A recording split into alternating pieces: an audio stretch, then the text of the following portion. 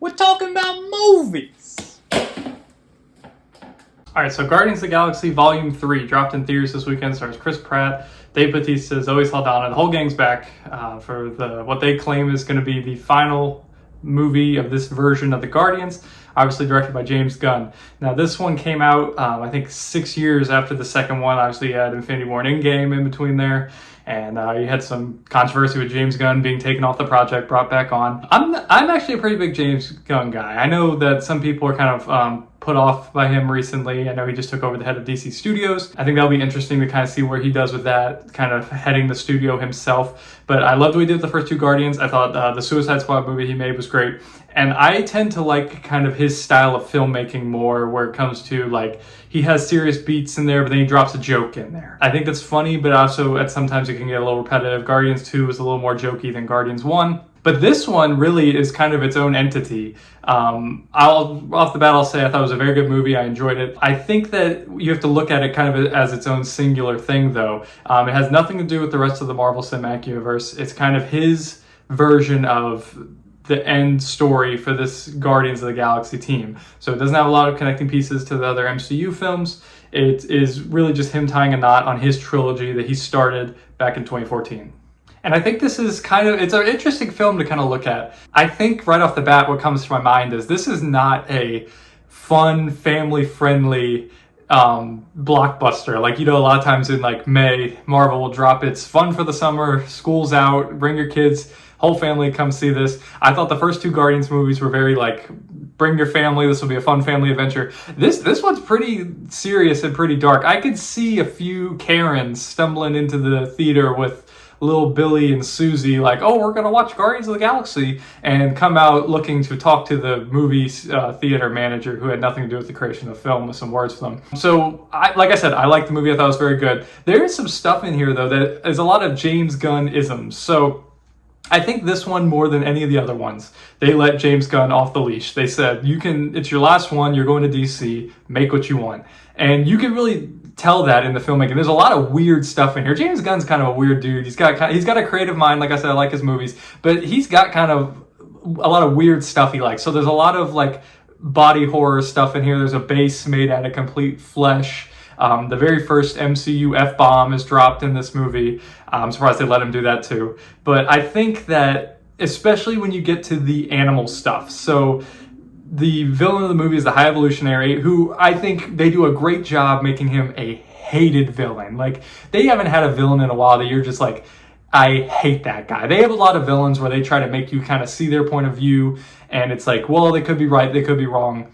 They tend to, like, their viewpoint is skewed, but like you could see where they're coming from a little bit. This guy is just, you hate him the whole time. And I think that's fresh, that you can have a villain that you just hate, but I think a lot of people are going to be put off by a lot of the animal stuff in here, where he's doing a lot of like animal testing, and they don't they don't show a lot of it, but just like Rocket and his friends in there, you can tell they've been experimenting on, the dude's doing stuff to him. A lot of that stuff in there is kind of hard to watch, but Rocket is meant to have a rough backstory. So like, I mean, that from Rocket's standpoint, his origin story is really good in the movie. It's really heartfelt. This is like a heartstring pulling movie for a large part of it. And they promised in the trailers and everything, this is going to be an emotional ending to the Guardians movies. It is. No spoilers, but I think that where they end up with a lot of the characters is really good endings for each character, where they each have like their mission or their new purpose achieved, where they have come to either find a new part of themselves or a new part of the team. And I think that all is really good. So like I said, James Gunn, I think he did what he wanted to do in this movie. I think that it's very original. It's very unique. I don't think it's too jokey. I think it's like right on that line between serious and jokey. But I think a lot of people are going to be kind of taken back when they go to see this thinking, oh yeah, bring the kids, family-friendly movie. I think little kids might not like this. Little kids might think this is kind of a lot. I think when you look at it as a singular movie, I think it's very high quality. I think it's the highest quality movie in the MCU we've gotten since Spider-Man No Way Home. Really, since it was Endgame, I thought was really good. Since then, No Way Home and this are the only two very high quality movies I think we've gotten. And I liked Doctor Strange and Multiverse of Madness a good bit, but all the other stuff is very meh. So in terms of quality, this is a good return to form for the MCU. I thought all the cast in it was great. Dave Bautista in particular. I love what they did with Drax in this movie, where a lot of the movies he's portrayed as the destroyer, where he's supposed to destroy everything. I know he's the comic relief in a lot of them. He's really funny, but I love how they looked at him in this movie as, you are more than just someone who destroys stuff. What you bring to the team that's the most valuable is the joy you bring everyone and how you make everybody laugh. They do a lot of stuff in here with like how he used to have a daughter, how his real like goal in life is really to be a good dad. I think that the stuff they do with him is great. The stuff with Rocket obviously is awesome. He is kind of the main character of the movie. They show you a lot of his backstory through flashback. A lot of that is very heartfelt. Star-Lord is great in this. He obviously has his kind of back and forth with Gamora, who died in Endgame, so it's kind of like he's trying to get over her. She doesn't even remember him, so a lot of the moments they had together never even happened to her. So that a lot of that is like some good character stuff. Nebula is great in this as well. So I think it is a good ending to this Guardians team. Again, no spoilers, but I think that in a few years you could see them revisit this with where they left people off. I think they could, in a few years, try to revisit it. I think that obviously people like Dave Bautista, Zoe Saldana have said like they're done, they don't want any more to do with it.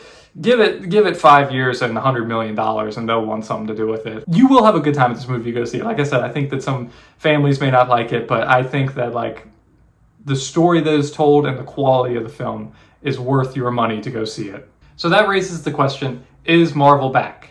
Like I said, since Endgame, really only No Way Home and this, and I'll throw Doctor Strange in there as kind of like a tier below, have been movies that I thought were actually like good movies. Everything else kind of meh. So is Marvel back? I think it's hard to say off of this. One, it's just one movie.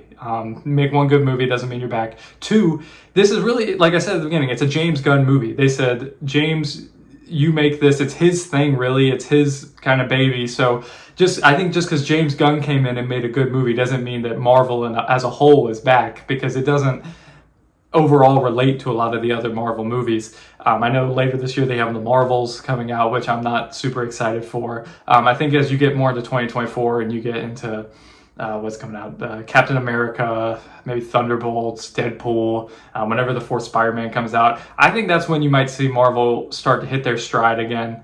And be kind of more back in the game. But they got a lot of work to do to get back. They went from making awesome movies for over a decade to putting out, which it can go away quick. You make 4 or 5 ones over the course of 2 or 3 years, and people kind of lose their luster on you. So I think this will help get people kind of back on the Marvel train, but I would attribute this more to James Gunn being a good filmmaker, making good movies, as opposed to Marvel being back.